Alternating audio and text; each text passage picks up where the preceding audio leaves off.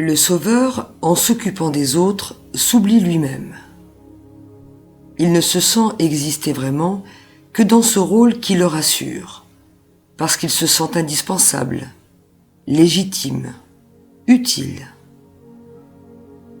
Il pense qu'il sait mieux que quiconque. Il se convainc et tente de convaincre les victimes du bien fondé de sa démarche d'aidant. Ce jeu psychologique ne peut que rendre les relations malsaines à la longue.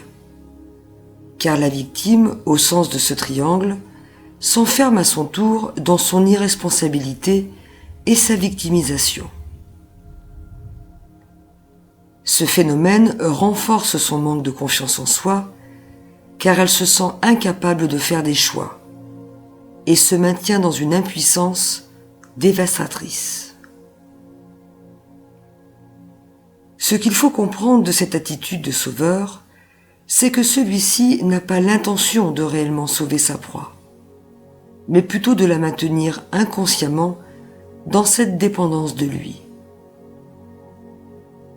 Si la victime venait à s'autonomiser un jour, il chercherait d'autres personnes plus fragiles à épauler, car son intérêt n'est que personnel au bout du compte.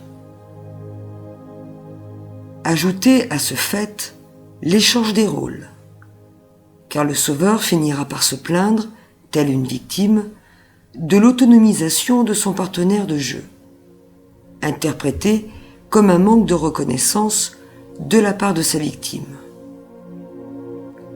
Avec tout ce que j'ai fait pour elle, quelle ingratitude!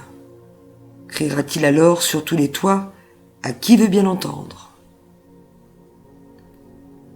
Le rôle de la victime est aussi pervers que celui du sauveur, car la victime se complaît malgré elle dans la plainte, la destructivité, le fatalisme, le pessimisme.